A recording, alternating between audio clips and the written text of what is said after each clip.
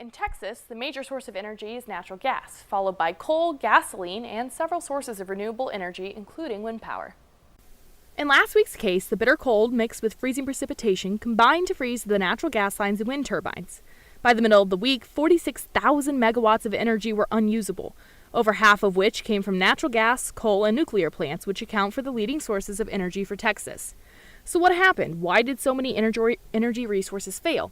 To start, natural gas pipelines began to see issues with freezing parts, causing them to be shut down. With natural gas being limited, the other methods of power were expected to pick up the slack. Wind power was able to produce energy until ice began to form on the wind turbine wings, causing them to stop catching wind. Wind turbines can be outfitted to have insulation on the wings to combat freezing and allow them to run even in the Arctic, which would have been great for Texas, who was dealing with Arctic air.